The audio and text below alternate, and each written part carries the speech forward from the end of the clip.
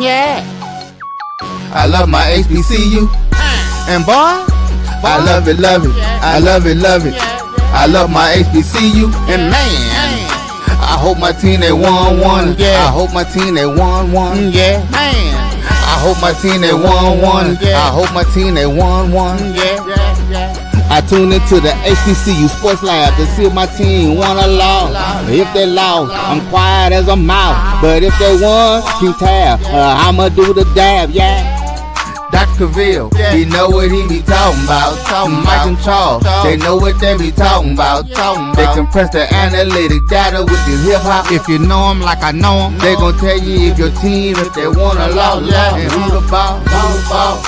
So listen to Professor, yes sir, and pay attention, cause he gon' teach a lesson. This is Dr. Cavil's Inside the HBCU Sports Lab. This is the Indy Report, and I have one half of the HU pirate ship, Tariq Wilson. How you doing, sir? I'm well. How are you? I'm doing excellent. You had a good weekend, having a good week so far? Yeah, so far, just don't watch the news and you're all right. Man, I don't, I'm gonna be honest, man. Like, I get most of my news from Twitter, which is probably shameful. That's probably it. Like, I'll hop on Apple News occasionally to catch a couple things here and there, read a couple articles, but yeah. I don't want to talk about it. I got one thing that's vexing me, and then I'm gonna ask you about your shirt, which is good news. So I moved to a new city and I'm having a problem. What is your problem, sir? I need a barber. Someone I can trust. You know what's I had funny? the same barber for 14 years before we moved, man. He was like family. You know what's funny? Like for those who don't know, I live in New England. I live in Rhode Island, and I remember a few years back, somebody asked me, why don't black folks want to come up here? And I said, oh, that's easy, man. It's hard to find somebody to get a haircut. That's easy. Right. Oh, that's easy. Like, now, granted, you can go to Providence, and if you really want to take that trek to Boston, you can. But if you in Newport, Rhode Island, man, your options are very limited. There ain't too many options when it comes to getting a cut. Yeah. So you figure it out, you work it through. But yeah, I pray for you, bro, because I've been jumping barbers since I've been up here. I be going all over. I got like 4 different barbers. I got something set now. Okay. But I used to have I had a rotation because it also is about when I can get in.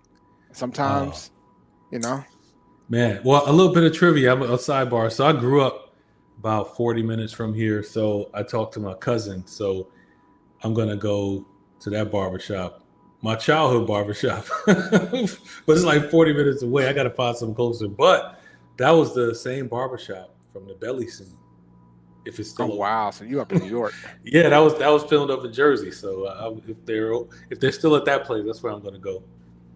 Hopefully, I can find some in the city. But anyway, how are you, man? I know you had dropped the kid off at Hofstra. She's a flying Dutch woman. Are they still Dutch people? No, they're the Pride. They've been the Pride for a while now. Okay, when I was here, they were the Dutchmen.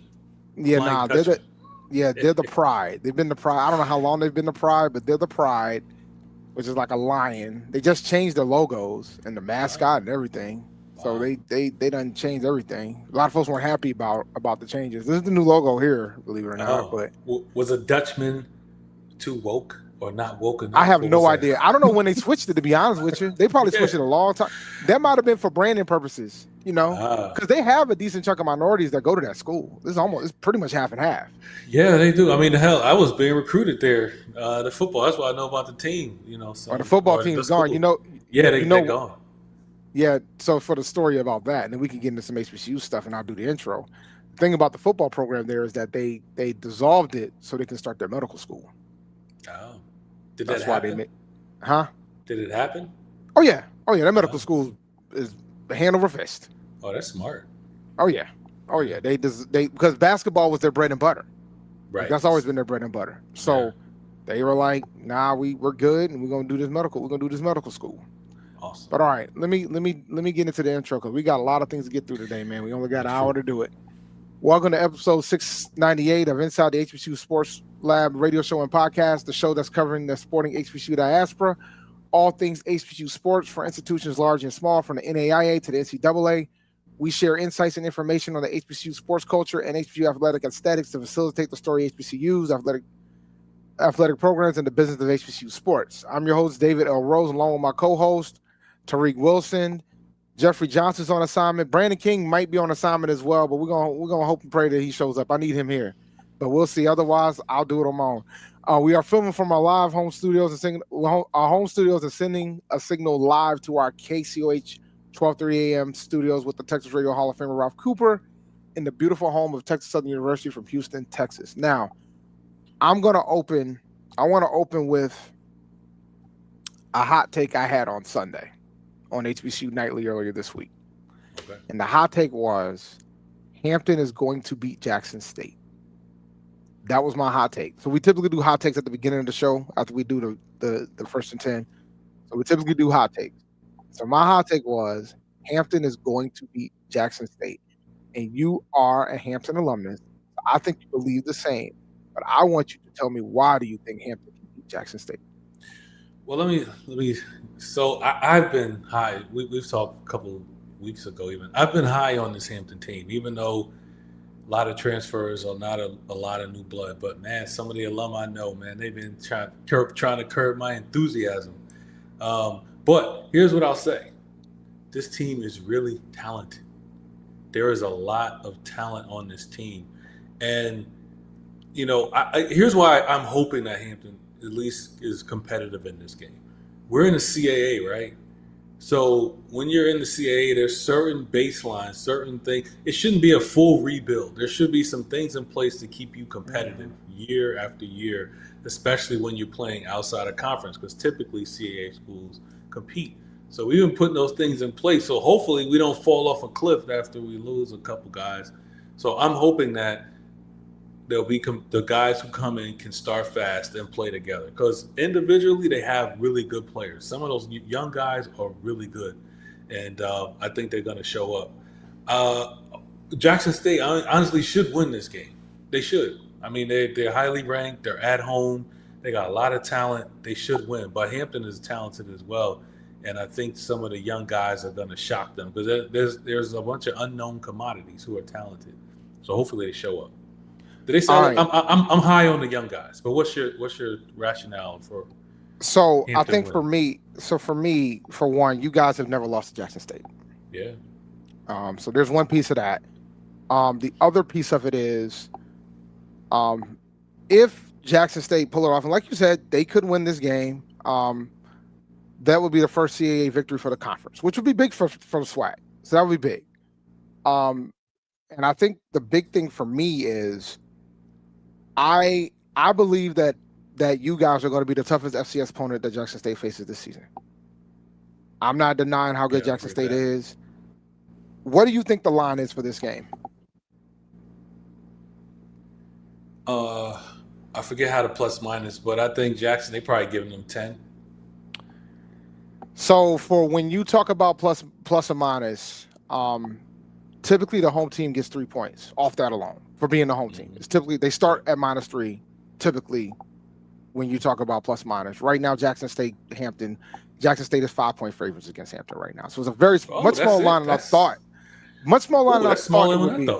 Yeah. So I think this game is going to be closer. I'm picking Hampton to win. I'm not gonna get off my guns on that. I know the Jackson State folks are already getting the memes ready if I'm wrong. And that's fine by me. But I think I'm fascinated. I think you guys got a shot to be good in the CAA this year, man. I really do. I think it's just going to take a little bit of time to get acclimated. And I think you'll be acclimated prior to the conference schedule after you play Howard, Norfolk, and Jackson State to open up your season. So I think by the time you guys get in the conference play, I think you're going to surprise some folks. I believe they had you guys 10th, if I remember correctly, in the conference or something like that, or 11th or something like that. How many? 11th. We are 4th from the bottom. Yeah, so that means. So yeah, you're 11th. So I think that you guys are going to rate higher than that. I think you guys have a legitimate shot to really surprise some folks in the conference. So I think you guys can pull this off. And if you guys do pull this off, there's going to be a lot of discussions, because even if you guys beat Jackson, I still expect Jackson to run through the SWAC. I expect Jackson to win the conference. I don't think they'll lose a single game in that conference. Here's what So gives me a lot of hope, and especially people don't talk enough about coaching. So a lot of those games we lost by a single score to highly ranked CAA teams. Hampton and HBC don't normally compete like that, week after week after week. So we got some of that DNA. We got coaches who are well coached, who coach well, and we have a good foundation of players who have that DNA. So I think that we're gonna bring that. It just can't get rattled. You know what I'm saying? We just got y'all gotta get past that heat. And the thing is, I did poke my head into the press conference on the CAA presser when your coach Boykin was there, and he said that the biggest challenge that he knows that you guys are gonna have is the fact that there was no way to simulate that heat that Jackson, Mississippi is going to have for you guys on Saturday. Supposedly it's supposed to be a mild day. That's what the Jackson State coach said. He said he was wishing it was going to be hotter, but it's looking like low 80s. If it's low 80s, then this might be a game, ladies and gentlemen. Then you just got to make sure you get the crowd out of it, which is going to take some time. Yeah. And I also heard that your band's not coming. Oh, wow. Heard your band's not coming. And supposedly it was posted of why they're not coming. It was the amount of how much it costed to bust them there. How much? Like $95,000. Well, I wouldn't go either. That's a long. That doesn't include food. That doesn't include hotels. That's just transportation. $95,000. Yeah, that's about right. Wow, that is about right. Inflation hitting everything, man. Jeez. It's not cheap. It's not cheap moving a band. Like I think a lot of folks don't realize that it's not cheap moving a band, man. And it's across how many states? Several. Virginia to Mississippi, North Carolina, South Carolina. Yeah. Let me ask you a question. If we pivot back to football, like what's scary about Jackson State? Like what makes them the number one team in the SWAC? They're very physical. Mm-hmm. Like they look. TC Taylor got his coaching chops from the MEAC. Right. They're a MEAC team in the SWAC. And folks hate when I say that, but they're a MEAC team in the SWAC. They're physical, they're athletic, they have some, and it's like a hybrid too, because the SWAC is known to always having great skill positions. Mm-hmm. They have that continuity with their quarterback and Morgan. They're big, they're fast, they're athletic. They're very physical up front. I think my biggest concern about my prediction is your defense, your front defensively. Yeah, that's everybody. That is my only fear, because if you guys, because they're going to be able to run the ball, they always keep running backs like a MEAC team, like a high-end MEAC team. Like they are a very talented roster. And you talked about coaching. TC Taylor's a heck of a coach. Mm-hmm. Like he's a heck of a coach. Like I think they Jackson State has NIL. Jackson State has like all the tools to keep talent there. And they're gonna have that base. They're gonna have the fan base. You're gonna have to deal with the sonic boom. You're gonna have to deal with that crowd. It's gonna be, it's home opener for them on television, on HBCU Go. It's gonna be live, man. It's gonna be live. TC, I was watching is the presser, listening to the SWAC presser, and he's a confident man. A lot of time coaches hedge. He's like, there was no hedging. He was like, yeah, we're gonna be all right. I'm like, okay, all right. I think they're underestimating Hampton a little bit. I don't think people understand what has gone into the program to keep them competitive in the CAA. They're not an easy out. So I think they're gonna see, but to have all these new guys to gel on the road at Jackson, that's gonna be tough. That's a tall order. But the thing is, no matter what, if they lose this game, especially, it's not like you said. I think there's a lot of growth that'll happen over the season. So I just hope they win and competitive, so I can watch the whole game and not like go do something else. But if they lose poorly, all right, first game, all new stuff. Heck, my man just named a quarterback. Which that still baffles me. But who's the quarterback? Well, Isaiah Freeman. Isaiah Freeman is listed as number one, but on the depth chart it says Isaiah Freeman or. Oh yeah, we did the same thing, bro. We did the same thing on ours. Okay, come on. We did the same thing. We did the same thing, and we'll get. And I know folks want to talk about Angie today. We're gonna do that after the break. Yeah. But yeah, we absolutely did the same thing. And I got other thoughts about that depth chart, but that's a whole different discussion point. But I mean, you're just trying to. It's sports. It's like you're just trying to try to make them figure out who's going to start. I think I expect Freeman to start, but who knows? He should. The other guy was like, I think he was a wide receiver. Like he was like a highly rated recruit. I don't think he panned out in college. He tried receiver, that didn't work back, so he's coming back to be a quarterback. So there's some arm talent there, but Freeman, nah, man. Like we said on our podcast earlier this week, Freeman hasn't had these weapons, and he did extremely well. So with these guys that Hampton has, I'm looking for some big things from that man. Yeah, no, it's gonna be interesting, man. I'm hoping I can try to glance into the game before, because what time's the game start? 3:00. It's either 3 or 3:30. 3 Central or Eastern? Oh, that's a good question. I think Eastern. So I might be able to catch an hour because I'm heading to Nashville. I'm flying out tomorrow. Man. Yeah, I'm heading to Nashville tomorrow. So we got to talk about that. Yeah, we're going to talk about that after the break. Yeah. All right, we'll be right back.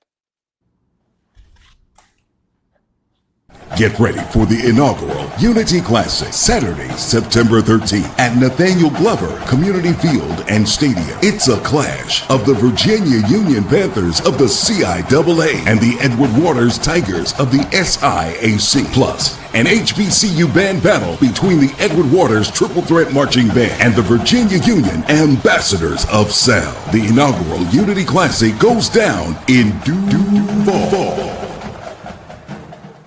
This is Brian Fulford. AD Drew and I are co-hosts of the BCSN Sports Wrap. We talk about all things related to HBCU athletics. From the games, teams, coaches, and fan interest stories, we cover it all. You can find our shows on Facebook at BCSN Sports Wrap, YouTube at MyJBN Online, and everywhere you listen to podcasts like Anchor, Spotify, Google, and Apple Podcasts. You can also find the show on the Jericho Broadcast Network's app. Make sure to download. We look forward to you joining the conversation and being a part of the show. History? Yeah, we built that. Pride? We fuel that. And on August 30th, we run that. 2 powerhouse HBCUs, Howard Bison, FAMU Rattlers, one legendary showdown under the Miami lights at Hard Rock Stadium. The energy unmatched. The culture undeniable. The vibes straight HBCU. 2025 Invesco QQQ Orange Blossom Classic. Get your tickets and book your hotel now at orangeblossomclassic.com. Saturday, August 30th at 4 p.m. in Miami Gardens.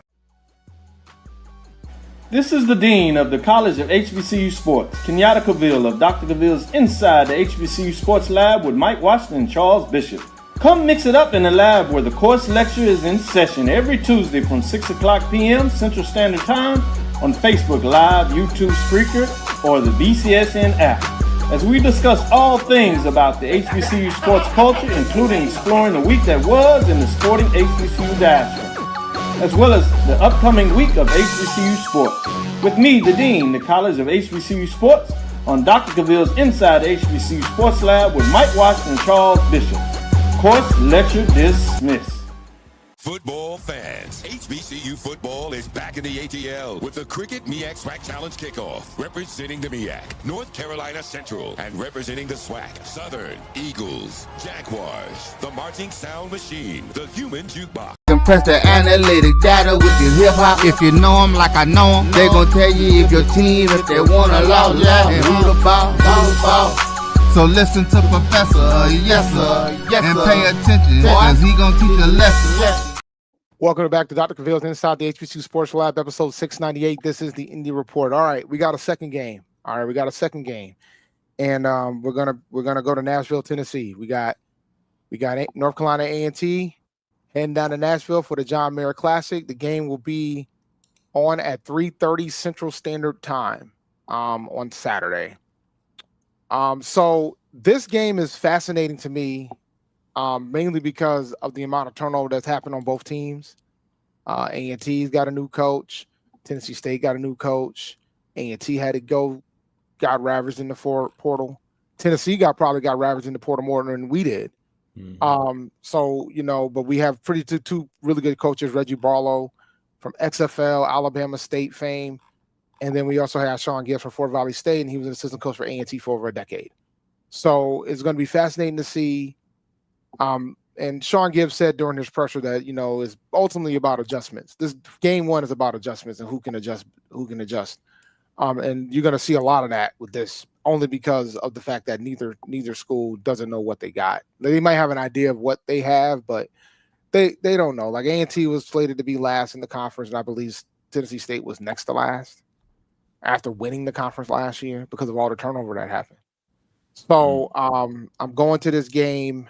I'm hoping I can get some media credentials as well to get some shots and potentially get to interview the coaches after the game. But so we shall see what happens with this game. I'm as an Aggie, I expect A&T to go in there and win a close one. But I could see it go the other way too. Like Tennessee State, they don't have that many players left in that championship roster that played. But they got a pretty good coach over there in Richie Barlow. So what's your thoughts, man? What are you thinking about this game? We talked about this over the years. Like when Hamptonite and I, after we first saw the introductory press conference of your last coach, we said right away, that ain't it. Right? But I saw the press conference of Gibbs. I said, that's an Aggie. Like, if you know Aggie, man, he is an Aggie. Even though he went to the school down the street. He played football at the school down the street. He did. Well, he talks like an Aggie man after being around Aggie man for 15 years in my last 15 years. So I get it. So I think y'all are in the right hands. He just got to get all the pieces together. Y'all are like Hampton, man. I mean, except your rebuild is even stronger. So I think it's going to be a tough game for you guys. But I'm just hopefully it's just a little more competitive and you guys can actually pass from more than 50 yards. If y'all do that, yeah, we'll pass from 50 yards. Because we actually have a quarterback. We have a quarterback coach, Greg McGee. Yeah. We got him from Howard. That's the Howard dude. Okay. We got him from Howard, and from what I've been hearing and what I've been seeing, they got a couple quarterbacks in the queue. He's look good. So is the white dude is he the front runner? He's albino, but yes, he is the front runner. Oh, he's albino. My bad. I'm not. Yeah, his pops is black. Okay. His pops play football too. His pops play football. UConn. Okay. His if I had to guess, he's going to be the first quarterback walking out. But I anticipate we're going to see both. We're going to see both him and Braxton Thomas or Braxton Miller. Okay. How's the running game going? Because that's got to be an A&T staple. I know. Oh yeah, we got running backs. We're not short on running backs. So the Gravedigger is going to be the first one out. But we also got Shameik Blizzard. So we got Maurice Hicks' son, Jalen Hicks, who also runs track for the team. So we got some. Wow. Yeah, man. I was in school when Maurice Hicks was running on everybody in the MEAC. Like, yeah, man. He got drafted while I was a student there. So, it'll be interesting to see how we look. Like, we lost our home games by averaging over 30 points. Like, we were one of the worst defenses, and we were the worst defense in the nation last year. But I think that we've been able to get some personnel back. We have some folks that were hurt last year that are going to be back. We got one all CAA player in Corian Sharp, and we got an honorable mention, Aaron Harris, that plays special teams, but also plays in the secondary as well. So I think it's going to be fascinating to see how we look. I think we'll probably be our offensive line. I think we'll be okay. Defensive line, I'm still nervous, but I think we're a little bit bulkier than we were last year, which is key. And we're not playing a 3-4, which is key. So I think we're gonna surprise some folks this year. I just, I expect A&T to beat Tennessee State on Saturday. I really do. Now, if I tell you the line, you'd be shocked. What do you think the line is? Well, Tennessee State is favored, has to be, right?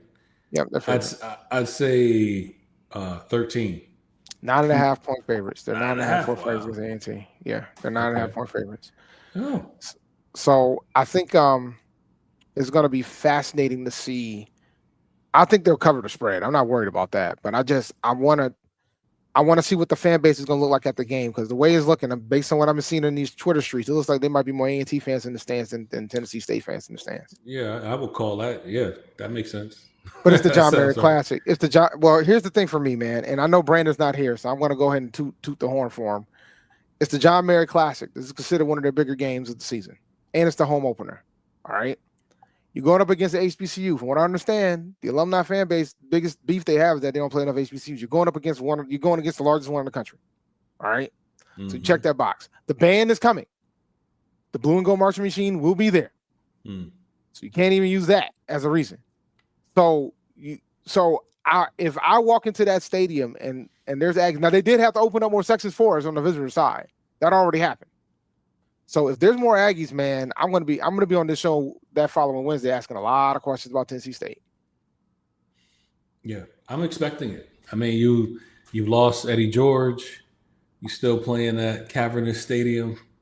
It's it's a tough feeling, and it's the economy's tough. So and they changed the tailgate rules. Like I guess the tailgate rules are at kickoff tailgates closed.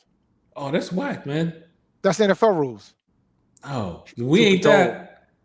I know we ain't that. I'm just telling you that, is that an NFL stadium, but that's NFL. But then again, it could have Tennessee State probably was like, yeah, you probably just go this route. Because I think the dilemma they were having is that people will be outside tailgating and nobody will go into the game. Hey, man, that's what used to happen. I used to go up to the Whitney Young Classic up here in Jersey, and it was usually like Hampton Grambling. The same thing. Like, people will come in the game in the second quarter so they could watch the band and then leave right after the band. So the party's outside. There's like 30 DJs. So I understand those impulses. But so what does A&T have to do to win this game? Run the ball, control the clock, and stop the run. I mean, that's like football 101, right? Those are the three things that they're gonna have to do. I think if they do those three things, they'll win. Mm-hmm. But the hardest thing of that will probably be stopping the run. Yeah, that's my biggest. Yeah, because we couldn't stop anything last year. Mm-hmm. But I know that we'll be interested. Like, we got Denzel Jones as the defensive coordinator, and we got Courtney Core. He's the defensive line coach and assistant head coach. So I know they're gonna have some schemes cooked up to try to help that. So I don't want to be super concerned about it, but I think if we can do those things, we should be able to win. But I think that we might be able to throw the ball on folks as well. But it's. I have some anxiety about the game. I'm just hoping that we look good, man. That's my biggest concern. I just hope we look good. I hope we're competitive. I feel the bro. Same way. Like when you sit through a season. When you sit through 2 seasons of having 1 win each and 1 Division I win between 2 seasons, and like the first year, the grace was there because there were times that they were competitive in some of those games. They had a couple close opportunities to win, but that second year, man, it was brutal, brutal. So I just think that you saw that comment down there. A 3-horse race? Yeah, I did. From a buddy. Yeah. 3? Shout out to Brandon. No, well, I listened to the presser of Barlow, and he was saying there was 2 guys, and he expects to play 2 of them. But we got 3. A&T got 3 quarterbacks too, but one of them is not ready to return yet because we had the or for 3 of them. We had the or for 3 guys too. See, the thing about Hampton quarterback, right? Like, that's it's funny us using the or. Like, the quarterbacks don't seem to be that different from.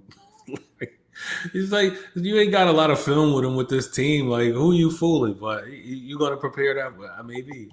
I guess they're doing it for a reason. Yeah. Well, Barlow was saying that he was looking at Fort Valley tape, Howard tape, because of the quarterback coach and the offensive coordinator. I should tell him a secret, like. Greg McGee didn't call the plays at Howard.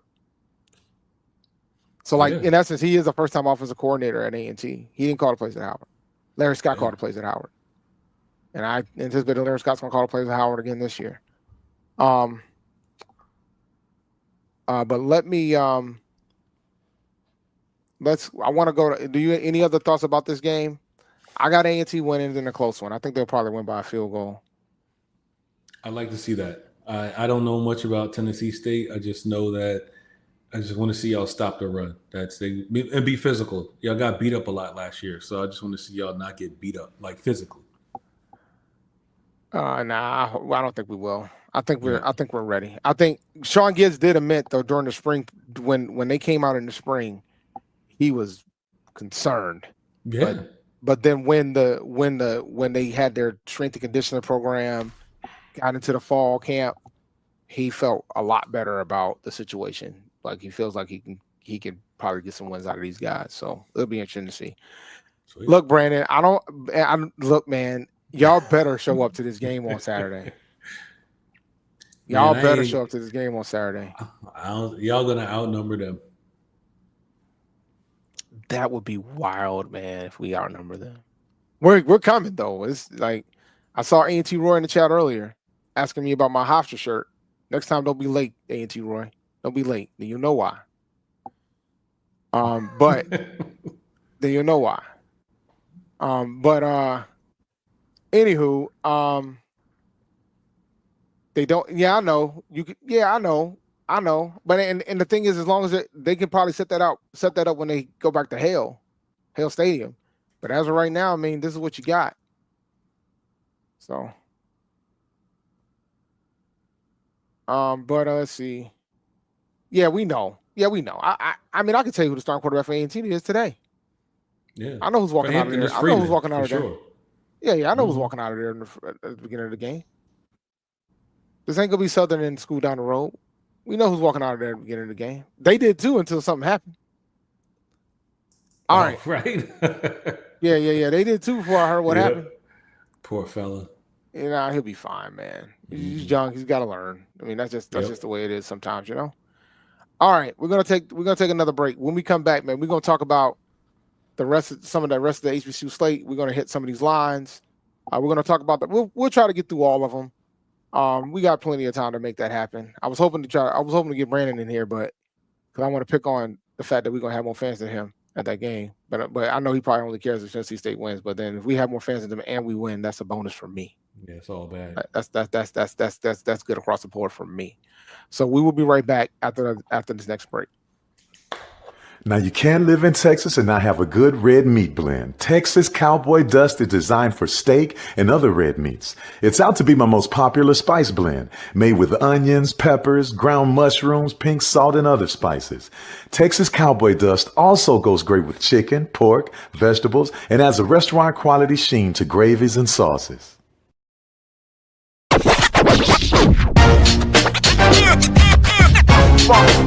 It's like a loop machine. Going around town, people trying to get down. Vanilla smoked sea salt seasoning is for seafood. The tarragon and fennel bring out the natural sweetness in seafood. I also use it in rice dishes, on yams, asparagus, blueberry pancakes, and believe it or not, chocolate chip cookies. Vanilla smoked sea salt adds a salty and savory component to sweet dishes that create a symphony for the tongue. Get ready for the inaugural Unity Classic, Saturday, September 13th at Nathaniel Glover Community Field and Stadium. It's a clash of the Virginia Union Panthers of the CIAA and the Edward Waters Tigers of the SIAC. Plus, an HBCU band battle between the Edward Waters Triple Threat Marching Band and the Virginia Union Ambassadors of Sound. The inaugural Unity Classic goes down in Duval.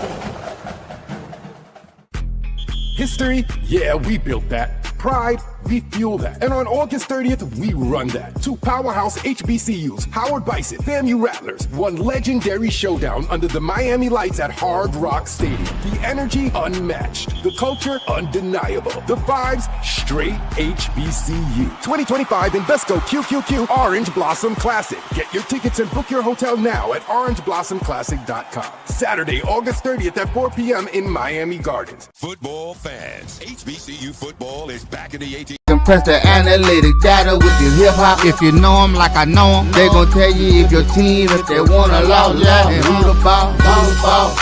So listen to Professor, yes sir, and pay attention, cause he gonna teach a lesson.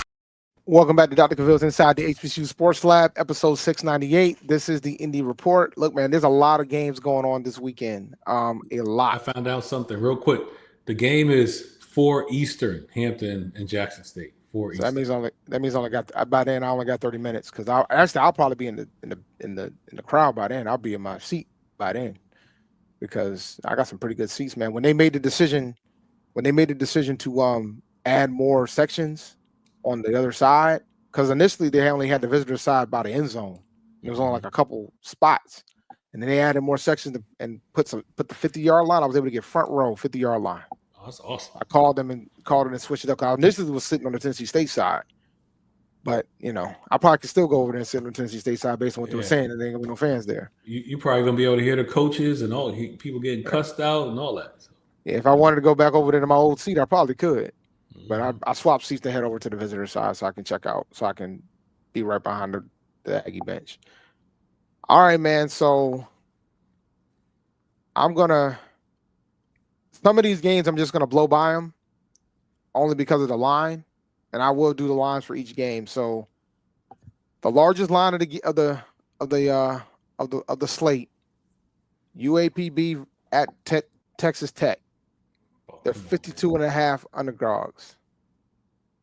So I'm not going to ask if they're going to win the game because I don't think they are. But do you think they can cover the spread? I think they can. 52.5. That's a lot of points. That's a lot of points. Oh, but they probably thinking they're gonna put up like 60 something. I can see that game being like 68 to 7. That means UAPB doesn't cover. Yeah. Actually, I don't think they will. I don't think they. Yeah, then I don't think they are either. They're not. Alabama, A&M, and Arkansas is 41-point underdog. Alabama A&M is 41-point underdogs against Arkansas. I don't think they're gonna cover that either. I don't think they're gonna cover that either. We talked about Hampton, Jackson State, only 5. So even the folk, even FCS Reddit thinks that it's gonna be a close game. Mm-hmm. Another one, which I think is gonna be fascinating. Morgan State versus the University of South Alabama. What's the 29.5? They're 29.5-point underdogs. Morgan State is. I think Morgan's going to cover this. Yeah. Banks, my partner in crime, Banks for MD, he probably thinks Morgan can beat those guys. No. There's no chance. No chance. I think if Morgan State could figure out a way to have like if they have a quarterback, I think they got a puncher's chance. But that's the problem. I don't know if they got a quarterback or not. Like, I think defensively they can hold up. I just think the quarterback situation is so terrible. Yeah, I think they'll cover because of that, but they're not going to be able to convert. They're going to get their run shut down at times. It's going to be 3rd and long, and it's going to be disastrous. But if they can just punt and make them drive, they got a chance to keep it close. But yes, no, that guy got to when they got to punt the ball. Yeah, they got to punt. All right, so we're gonna go to the Thursday slate, and the Thursday slate's got some pretty big lines too. So we'll start with Delaware State at Delaware, 29.5-point underdogs. Delaware State is against Delaware. I don't think they're gonna cover, man. No, gosh, that's tough, man. That's 35-7, right? Yeah, I don't think they're gonna cover, bro. This is for those who don't really. And a reminder, this is Delaware's first season as an FBS. They're in the Conference USA now. They're no longer in the CAA. So I don't think they're gonna cover, man. And they normally get rocked by Delaware too, right? Anyway, they do. They were getting rocked when they were still FCS. Right. I think they're gonna cover. They can cover. You think they got some? Cover? They got some talent. They'll make some big plays. Okay. Delaware State, that is. I'm not a believer in Deshaun Jackson yet. Oh, me neither.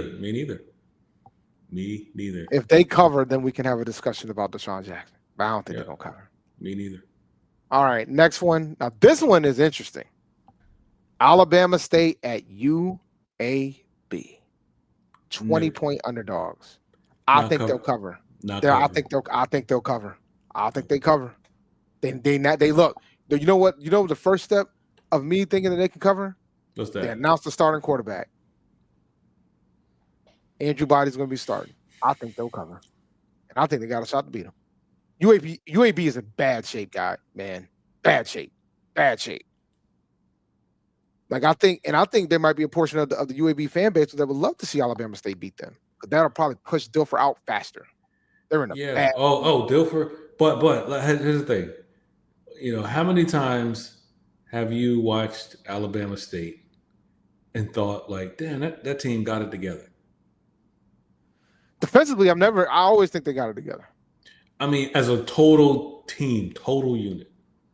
I mean, for them to win as many games as they did last year with the quarterback carousel that they had, I mean, it's impressive. I mean, that was impressive.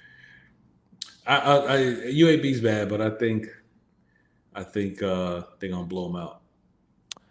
All right, one more Thursday game slate. Michael Vick makes his debut in Norfolk, Virginia, and Townsend comes to town. Townsend are 14-point favorites in this game. Norfolk State will not cover. I don't think they will either. Nope. I don't think they will either. And that game's going to be on ESPNU. But I don't think they will either. No. So the CAA is going to be on ESPNU, man. I think it'll be interesting to see what Vic can do with his talent. I know that he brought a bunch of Hampton guys over who didn't play a lot. Some of the other transfers didn't play a lot. And they got pushed around a lot last year. I don't know if they fixed that. Oh, a lot of times celebrity coaches have a habit of just going after skilled guys first and forget about the trenches. We'll find out because Townsend has trenches. Yeah. They're not short of that. The CAA squads have trenches. Yep. They are not short of that one bit. Yep. Oh. That's interesting. My Norfolk State friends have been quiet about this game. They have, as they should be. Yep. I saw somebody was talking about what was happening a few years ago when I guess Deion congratulated Oldham for getting to the Celebration Bowl before he got there a few years back. Mm-hmm. And of course, they didn't get there. Right. Norfolk never wanted me at. But I think the fact that you're having those conversations and talking about that and not the game. Yep. Ooh, buddy. Man, you wouldn't know the game was happening if we didn't mention it right now. Oh, nah, they've been hyping that. Well, the game that's been getting hyped in the MEAC right now has been Dell State and Delaware. Delaware got billboards up about it, and the debut of Deshaun Jackson, like they're like rubbing it in, man. So it's gonna be rough sledding. One more big line that I did not mention is on Friday night. Bethune-Cookman go sees an old friend and Willie Simmons at Florida International. They're 21.5-point underdogs to Florida International. That's too low. I agree. It's too low. I agree. Way too low. You remember when Emmitt Smith was trying to be a football announcer, and he said somebody got debacled. Never forget that. But they about to get debacled. Oh my goodness gracious! Florida education. Anyway. All right. We're down. All right. So now we're down to one more double digit line, and that is Southern goes to Mississippi Valley State. Go to Itabena. Southern is 12.5-point favorites against Mississippi Valley State. Too low. Really? You think Southern will beat them by more than 14? Yep. I think this game's gonna be close. The new coach, he got some things cooking down there in Mississippi Valley. I'm not saying Valley's gonna win. I just think Valley's gonna cover. I think they'll lose by like 7, maybe 10. Gosh. So they'll cover. No, I expect Southern to win. Oh, if Southern doesn't win this game, man, they're gonna be 0-5. They'll start 0-5. They have to win this game. Yeah, a 7-point win against this team is kind of a loss. But on the score sheet, it doesn't. Right. I mean, they should correct. I got to double check. I gotta check. I don't even know if this counts as a conference game. Somebody in the chat can confirm that to me, but I'm not sure that this counts as a conference game. And Quasi, valid point. First Take is going to be in Norfolk tomorrow for that game against Townsend. So they're going to be out there tomorrow. Stephen A. Smith, Cam, they're going to be out there doing First Take live from Norfolk State, which I think that should be interesting, to say the least. They'll probably get in Mike. I don't even have any good smack. I got to think of some junk to talk to Norfolk State about that one. Well, you already told me that we're going to cover the spread against Townsend. I mean, ain't that more than enough? Not. But just something that's like personal. Like you say, the school down the street, like I always got something for Norfolk State, but I forgot about them this year. I got to fix that. It's funny. Jeff got a valid point, man. And Townsend Norfolk almost beat Townsend last year. And the year before that, they did beat Townsend. Yeah. Crazy enough. They did beat Townsend. They got more CAA wins than A&T. They did beat Townsend. Man. So, it'll be interesting to see how that goes. Good point. So the rest of these lines are within 10.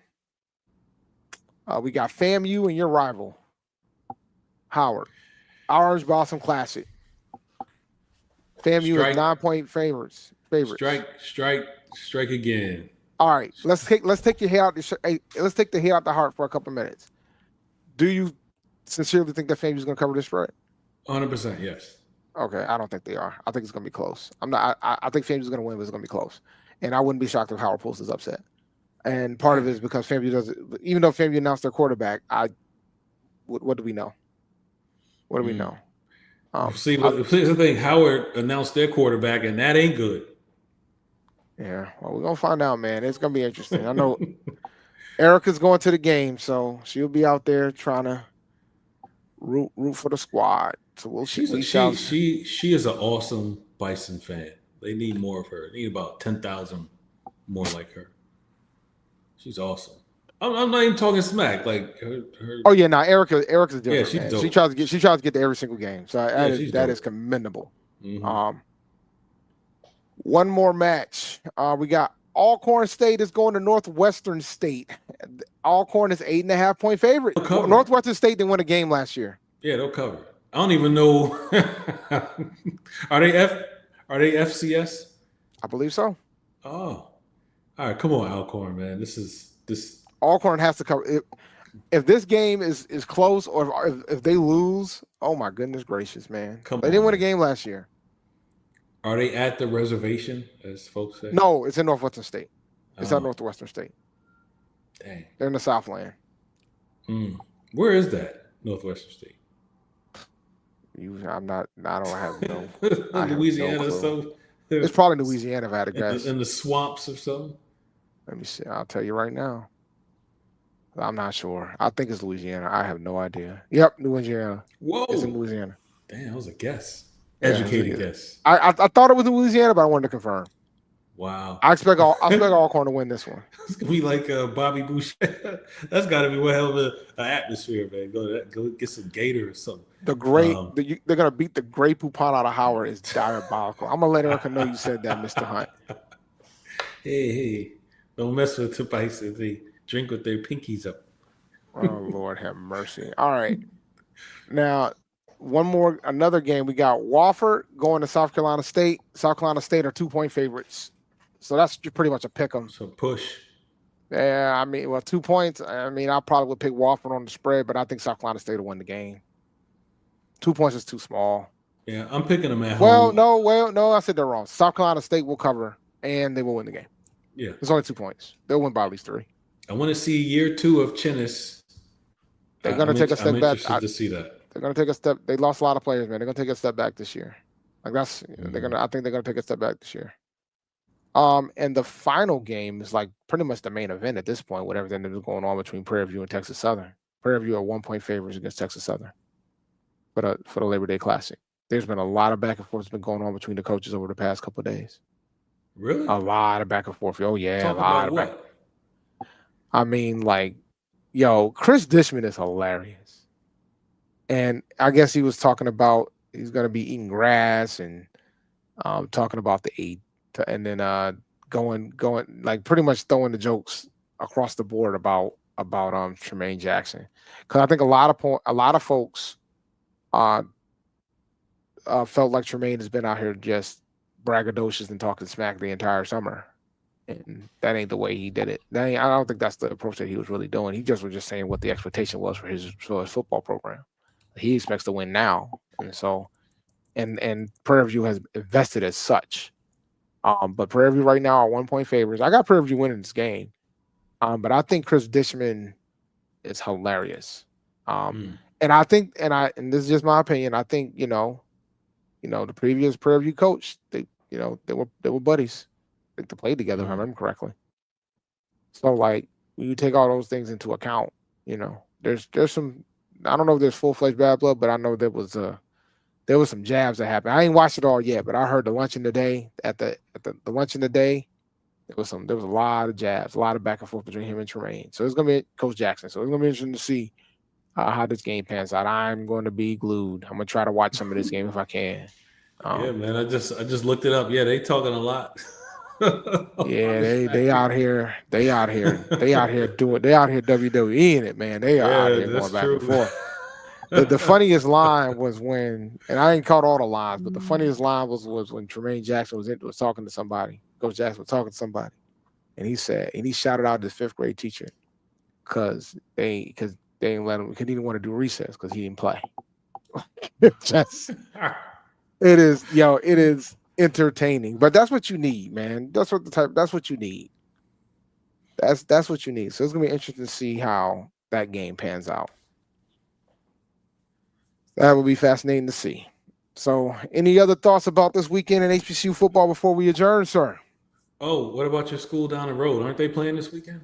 Yeah, we already talked about that. We're 9.5-point underdogs. Oh yeah, I forgot about them. I didn't even see them. It's a big game, man. They are. They play in New Hampshire. Let me pull up that line real fast. Who I think also play in Durham, New Hampshire. They do. They play in Durham, New Hampshire. Give me 1 second. My apologies. I didn't purposely forget them. Now they're going to think I did. It's like me forgetting about Norfolk State, Yeah, I could say that I purposely did, but I legitimately did not. Yes, I forgot to list them. Where are they at? There, I just saw it. There it is.